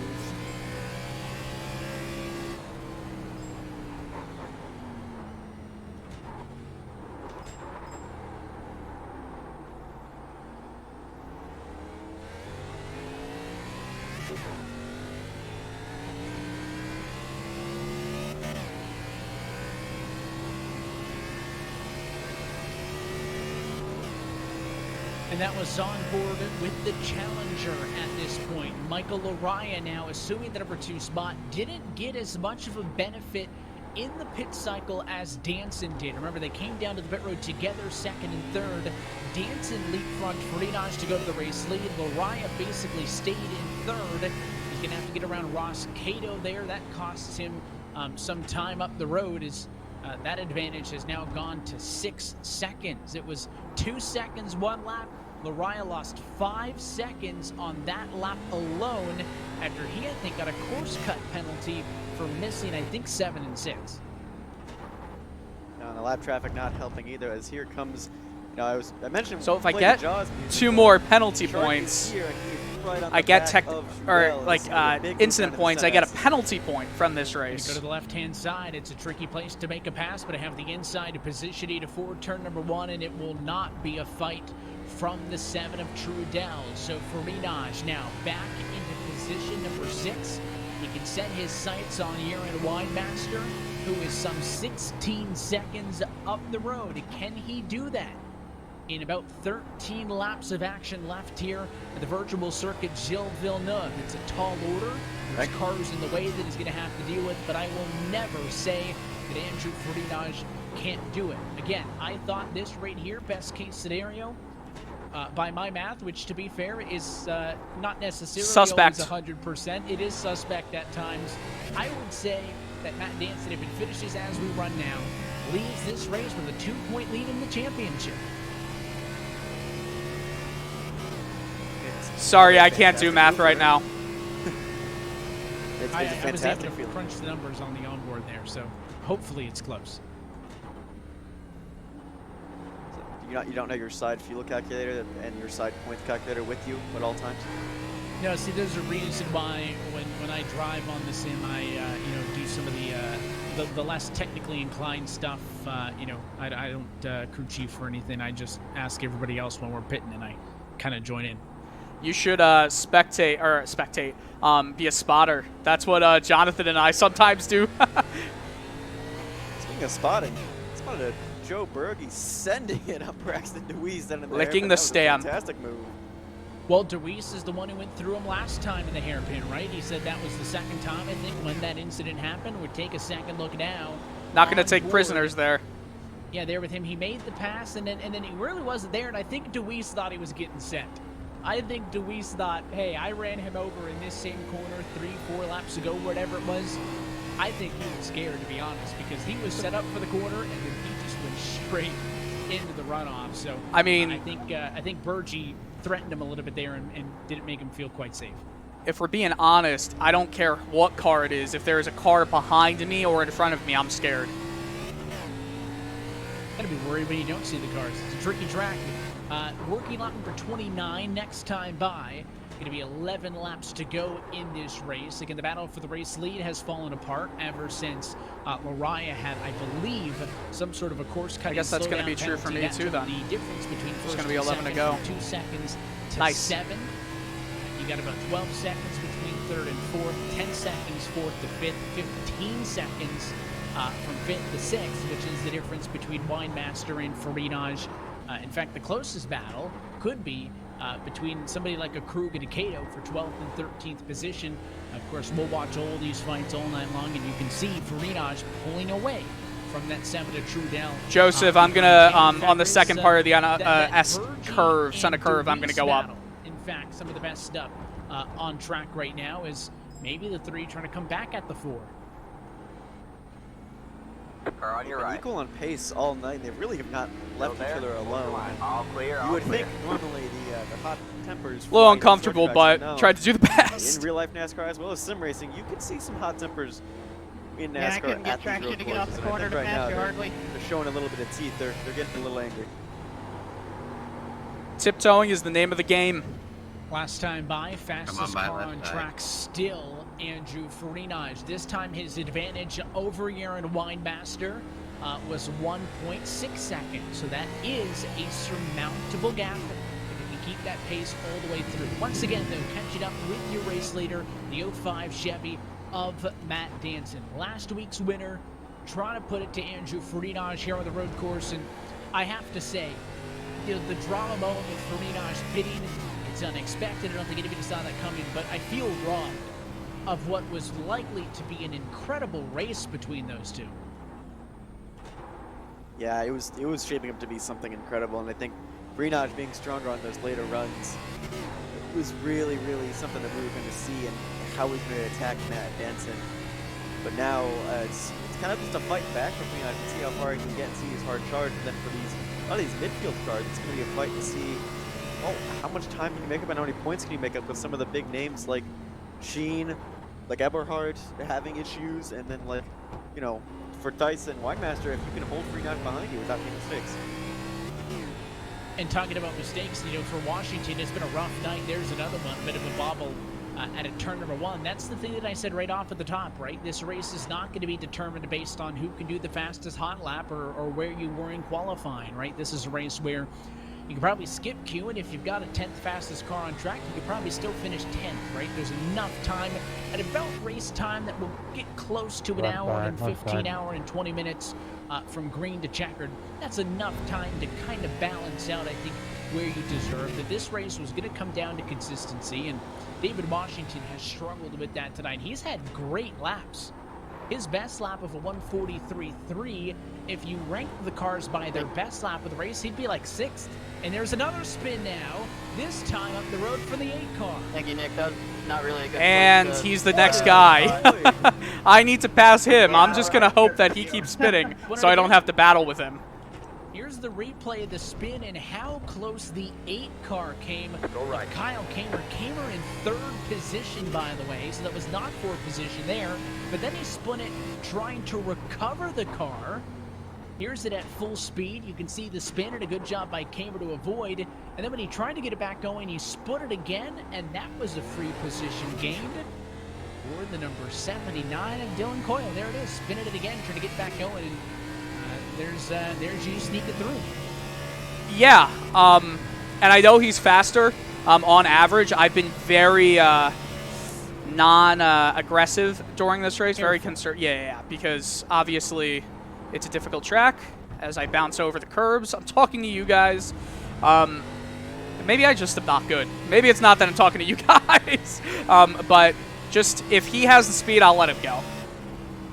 Top half of the field, I'd call that pretty good right now. Scored 14th of the 30 cars, and he'll try to chase you back down. So we'll let you get back to focusing on that as that battle continues. Washington trying to make up for about a difference of 2-3 seconds or so, I think, out of the back of that battle for 14th and 15th spot. Ross Cato up the road from Dylan is another car for position. He scored in 13th. We are down to 11 cars on the lead lap.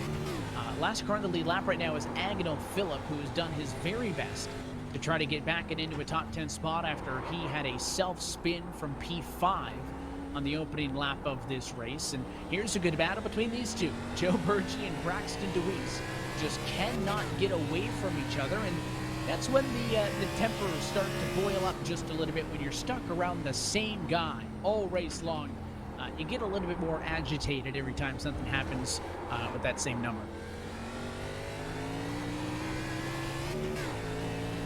Cars that are often around each other during the oval races as well, so this is something that might even carry on as the season goes on. The 3 and the 4, they've gotten around each other, but they can't seem to gap each other, and I'm wondering if it's just that mentality of viewing it in the mirror, and all of a sudden you look behind you and it's, they're still there. I gotta be defensive instead of being, focused forward and trying to make a best lap. And they're all on their own, so they have this pocket to be able to fight with one another. They are. That's the scary part, Evan. Yeah, they're about 12 seconds behind the next closest car. That's Kyle Trudell in 7th. I don't think they're getting there. David just spun behind me. 25 seconds ahead of Agonal Phillip and John Ellenberg. And he's going to hit somebody else. Washington may have touched Winemaster. The 48 is okay, is he? No. He looks hurt. That car looks like it's crab walking at least a little bit after Washington spun it in 13 and 14 and then pulled right in front of the 48. You can see the steering struggling. You can see Winemaster struggling, and Washington now even has more damage on that car. And remember, this is the car that Farinaj is chasing. Don't forget, this could be a spot gain for Farinaj. We're watching the replay with the Washington. He was on the back bumper there of Dylan Coyle, our in-race reporter, just overcooked it, spun it off to the side, and again right there. And he tried to stop. Winemaster tried to hop the curves, but it's that smack into the tires is what's going to have everything out of a line there on the 48 car. Nothing Winemaster could have done, and probably an unsafe re-entry for the 98 machine. I know it's a blind corner in any instance, but at least kind of, look at your relative. Rev it up and then flip it around. He just kind of pulled right in front of him there. Well, also look at your relative timing, right? Like, you got to be able to see. I mean, important to note as well, you know, when we see incidents on track, normally the point where we talk about incident points and whatnot, because there are no cautions, you can't technically be assigned a penalty point for causing a caution. So in real sim racing, road racing events, it is for every 10 incident points that you accrue in the race that you get a penalty point. And I'm sure David Washington has more than 10 incident points. That could have been 4 right there for contact. So he will be in a little bit of rough shape, I think, coming out of this race. I've had none for contact, and so far I think 9 for off-track endeavors. But just don't get any more and you're good to go. He's just Now that you said it, you know you're going to get one more. Shut up. listen. You, let him you brought it explore up. the I didn't woods. say you were one away. You're the one that said you're at 9. Yeah, I know. My mind is... Oh, no. I'm stopping the... I can't even speak. The driver has... Have we ever seen a driver give themselves the commentator's curse? All the time in this race, yes. Every time you talk? I'm not doing that bad, and then I speak. I don't know, me. Well- I was bad during the Ivor doubleheader at Barber. I said a couple few. But here comes Freenage, and again, shark in the water. Winemaster, we know he just hit the wall. He's going to get him. I think this is going to be a top 5 for sure for Freenage. Damage limitations from that earlier issue. Yeah, I don't think it's hurting Winemaster much, because look at the intervals, right? So 3 laps ago, Freenage was 2.4 seconds better. The 4.9 is Penalty the point. lap at which that contact happened. But then last lap, he was only 1.8 better. So last lap with damage, Winemaster was faster than he was 3 laps ago on lap number 31. So I'm certain it's hurting him. You know, the wheel and the toe's probably a little bit out of line. Okay. But, I think that at this pace, only with 6 laps to go, he may have been able to hold Freenage off if he didn't lose those 5 seconds in that one lap. But now at a point where it seems nearly inevitable as we look from behind and above, the difference between those two now down to about a second and change. 6 laps to go this time by. It's a battle for P5. Winemaster's going to be looking everywhere in his mirror, just making sure Same here. to take away the line. Yeah, I've noticed you're right in front of this battle too. So if you see a very blue and angry 88 behind you, I recommend just pulling out of the way. I think that's exactly what Winemaster's doing. He goes to the inside to try and defend. And that's going to be an easy pass. As you fight back, he does. Winemaster going to keep it on the inside of the racetrack. Okay through 1. But Freenage set that self up beautifully. And after the penalty, fell down and has now gotten back into a top 5 position, which again, rough math, probably a 1-point difference for the top spot in the championship if it finishes how it runs now with the first 4 weeks of this 2021 Real Sim Racing iWRAPS Winter Series. We talk about Freenage's dominance, and if you tune into 1 or 2 of these races, he's probably up front, you know he's good. But unless you watch RSR walk with us here on Race Mod, and including the last couple of years, he is really, really good. And you know, we saw the good challenge by guys like Lariah, like Eberhardt, and at a point we thought it was going to be a championship for Lariah in the Cup Series until Late Race Yellow came out, right? Sometimes you're good, and sometimes you're good and you get the luck on your side. But drivers have been improving. They have significantly closed that gap to Freenage in the past. But this is a icebreaker championship, of course, different than Cup, where there is no one race takes it all. It's 10 weeks. Not a lot of drivers, if any, can probably beat Freenage straight up on a 10-week championship. He won this series points by more than 100 last year. It was his 2nd straight Winter Series title. His Cup Series championship from this past fall was his 3rd straight Cup Series championship. But we saw new teams join the fray, right? Extreme Performance Motorsports and some of the other teams. You know, the team has joined now in this one. And now Matt Danson driving with Horizon, right? An incredible talent. Already a one-time race winner. If he gets the job done here, would be 2 wins and 4 starts with 3 top 10 finishes in that span. All clear. Danson doing what Lariah did a couple of years ago. When he first joined this past, you know, Cup Series championship in a full campaign as a new face to challenge that hierarchy in which Freenage has sat on top of for That was so scary. long. I think Danson, I think he's proving right here that he's a face to challenge. I think Michael Lariah as well. This winter season is proving that he's still going to be a fight for this championship. He's running in 2nd, but oh boy, we're back to these two, and these two just can't seem to get along. They're like two younger siblings. They just don't like each other. Kyle, where do you want me? And awfully Here, close. I'll We're just on load that board right with here. The rear one, that's going to be Braxton on your DeWeese left. up the road. The Clear on the 4, left. Joe perfect, thank you. Burgee. At least for now, minding their P's and Q's. But see the damage on both those cars? I think almost all of it has come from these two cars getting into each other. So this will be a fun battle to watch. Now in crunch time, this next time by, going to be 4 laps to go in this race. You've made it this far. You would hate to just make a mistake late and throw it all away. These cars fighting, again, for 8th and 9th on track. This race likely to end with probably 9 cars total on the lead lap. I think that Ellenberg and Phillip are likely to get lapped by it's done. And here's a move to the inside by DeWeese, and there's the touch. Wide on corner exit, and push Joe Burgee out of the way. This time no comment, but I'm sure the 4 is not happy. Didn't hit That the was wall. a far back send from the 3 car of DeWeese. But my God. Daniel Ricciardo would be proud. Lick the stamp and send it. He saw a gap, took it, and just his little 5 contact laps to right go. there. Just a little bit of a bully move out of the corner.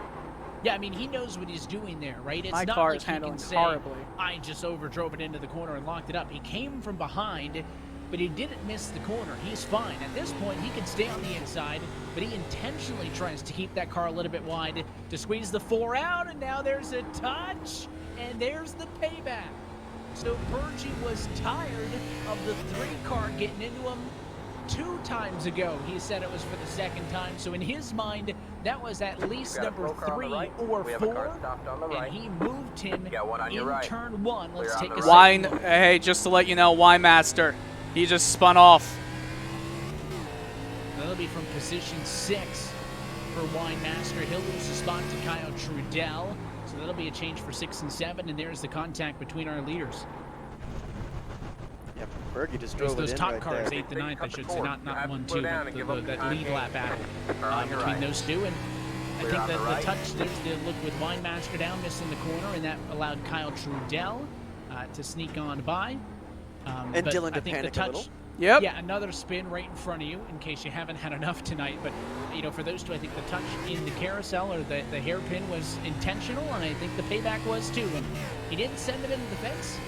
He got moved, so he moved him back. And these two are not done, by the way. Luis is trying to chase him back down again. Drove it down deep into the hairpin again, did Braxton DeWeese, and lost a bit of time. And I think Joe Bergie might be able to hold, again, unless something goes wrong. These two have been really equal on pace. And hopefully they don't cause any more calamity with cars around them. You can see, I believe that's Nick Mara running very slowly in the background, so he's kind of out of the way of this. But as long as no one faster comes around, they should be okay to fight it out a little bit. Or if Winemaster spins again, that might be a problem, and he gets caught up in this mess. I'm uncomfortable right now. I don't think you've been comfortable for many portions of True. this race. Winemaster's about 12 seconds ahead of them, so if he spins, he'd have to deal with it. And look who is back, David Washington. Yep. And you said it as well, right? I mean, single lap speed, if you can put a lap together, David Washington faster than you, but you've been far more consistent. But he's going to put a challenge to you here inside of 3 to go, so we're not, 2 to go. don't talk back, just run your lap and we'll watch the battle. Okay. That car is amazingly clean, by the way, and I think we need to give our hats off to Dylan, even though he may not be in the top 10. Like, biggest mover on the track, and then he's kept the car clean, and now he's going to have to fight hard for position here. Here comes Washington. Of course, something else we have to keep in mind is at the end of this race, we have to award the XPM Underdog of the Race. The Underdog of the Race award presented by Extreme Performance Motorsports, where we choose the driver to get a $5 bonus. XPM also going to donate $5 more to 3 Square Food Bank, which is going to, in total, provide more than 150 meals to families in need by the end of the race. So, taking into consideration all that has happened tonight, I'll start thinking. We'll discuss that and announce who gets that $5 bonus as well later this race. There's a lot of drivers who have overcome a bunch of attrition in this race to try to get good results. This time by 2 laps to go from Montreal. First race here ever in the Real Sim Racing iWRAPS Winter Series. There is Matt Danson trying to close this one out with some traffic up the road. Danson already at the end nearly. Lap number 39, he'll be coming to the white flag. really, what a good performance he's put on. We talked a lot about Freenodge's dominance at Mid-Ohio last year, and here, well, they're fighting again. But we talked a lot about Freenodge's dominance last year, and this is good from Matt Danson. I think this is going to, you know, put a bit of a star next to him in terms of a driver to look out for the rest of the season, and if he races the Cup season. Can't wait until we go to another short track next week as we'll head to Iowa for round number 5, and at that point be able to reassess where we sit at the halfway point in this championship. Oh, way sideways was Joe Purgey, the 3-car Luis on the bumper. These drivers may just take each other out here and go for a late race bump and run. Another bit of sideways there for the 4 of Purgey. Here comes Deweese. He'll make the pass down. Your race leader Danson not far behind these cars. They are still on the lead lap, so they're going to have to do an entire additional lap around the racetrack. But for the moment, Deweese takes the advantage. He pulls away to the hairpin. Matt Danson, therefore, several corners behind them, but a half a lap to go away from his 2nd career RSR win.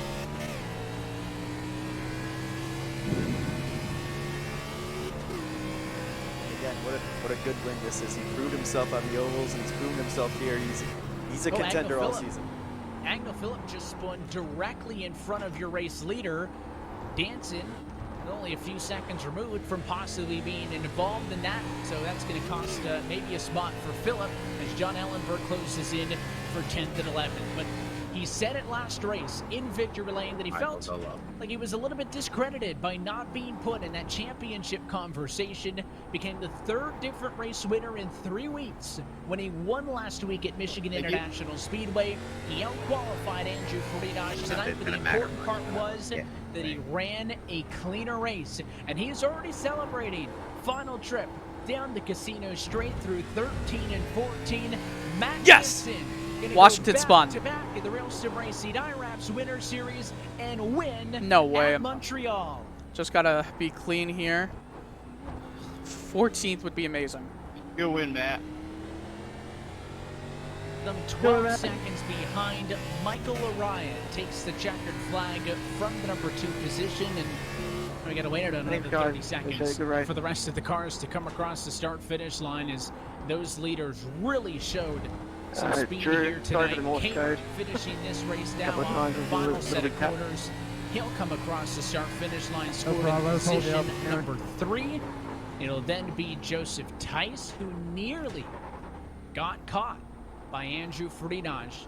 You can see Tice, the red car. He'll come through turns number 13 and 14 to take the checkered flag there. The Dr. Pepper Chevrolet finishing 4th. And Freenodge almost stole the lead forward in this race. Probably could have won it. Could have, should have, would have. There it is, checkered flag, Andrew Freenodge in 5th. Guys, I think I did it. Good job at the start there. And at good the win, end of the lap, final couple of corners. For position 14, yes! Not bad. Plus 12 from 26. And held off Washington enough for him to self-spin again. I know. I was really he was behind you a couple of times. Held on to it, but nice job. He caught you at least, what, 2-3 times, and then you just were able to protect the position and overdrove the car a little bit. You'll get 14th. He'll get 15th. This race will end with 9 cars on the lead lap, as everybody now to the checkered flag, and that's it on the McConey Setup Shop 108. What an afternoon of racing! Yes! For Oh, Montreal. I'm so thrilled. I'm so thrilled. I am so thrilled. I know I told you last Wednesday, Evan, that it was going to be a top 10. I couldn't do that, but hey, 14th and starting 27th. I think I did well. I didn't even get. My car has no damage either. It's a very nice looking car. It's very shiny compared to, say, Joe Berge and Braxton Deweese, who were banging with each other. But it's been a good, exciting race. First thing I said, I think, was this is a race where consistency is going to be far more important, and I don't think there's any battle that highlights that more than the battle between Dylan and David there. You know, the consistency versus the speed, but the mistakes, I think, kind of highlights that. Let's take a look at your iWRAPS full results. I'm so hyped. Driver Matt Danson with his 2nd straight win and possibly new championship leader. after round number 4 with Michael Arias second and Kyle Kamer third. We'll talk with all of them in just a moment. Joseph Tyson, Andrew Fridaj, as mentioned, rounded out your top 5. With the rest of the top 10 include Kyle Trudell, Yaron Winemaster, Braxton Deweese, Joe Burgee, and John Ellenberg. Looking back, Agnell Phillip, got a bit of a comeback drive a little bit after punching into the wall early on, gets 11th. Bobby Crow in that 51 gets 12th. Ross Cato, R. Dylan Coyle in 14th. David Washington, it was a rough night for him, but he comes home 15th. James Roston mentioned once in 16th. Luczynski in 17th. The two Maras next to each other, 18th and 19th, and the 43 of Sean Kelst in 20th. Continuing on through, Brian Chambliss makes it to the end, and probably the majority of these drivers did not. So Dominic Howe, Liam Sheed, Michael Bozier, and Daniel Eberhardt through your top 25. We didn't really mention Dominic Howe's issues tonight, guys. We talked a lot about Danson, who was third in the points, Ferdinand, who was first. Dominic Howe was second in the championship, committed to tonight, only 7 points off of Ferdinand. That is basically gone with the B22 finish here tonight. You got Gary Weaver, Steve Soa, Dylan Jones, Michael Kaczynski, and Sam Nieto. It's a look top to bottom at your iWRAPS full race results. We'll take a quick opportunity to step aside. When we come back, we'll talk with your top finishers and get set for a short track showdown next week at Iowa. You're watching the 2021 Real Sim Racing iWRAPS Winter Series on RaceSpot TV.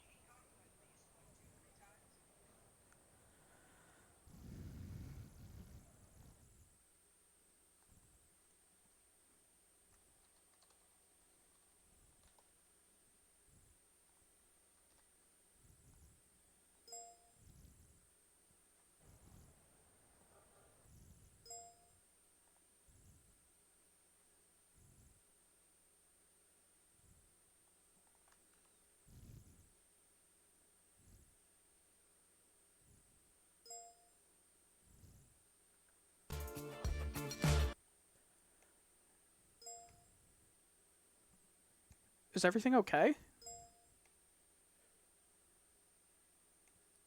Just seeing what Hugo said.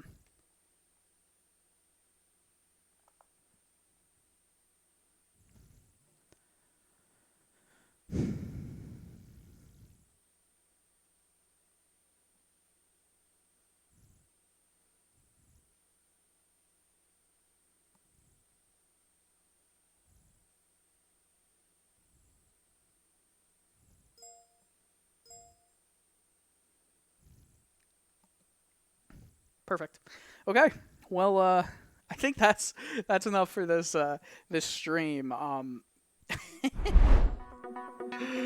so thrilled with that. 14th, and I feel like that was the most I could have possibly given. Yeah, that wasn't the fastest over a single lap average, but just wanted to keep it calm, keep it stable, and it appears that I got 14th. There's that music. Peace. Thank you all for watching here, all one of you, me. And you guys have a fantastic night.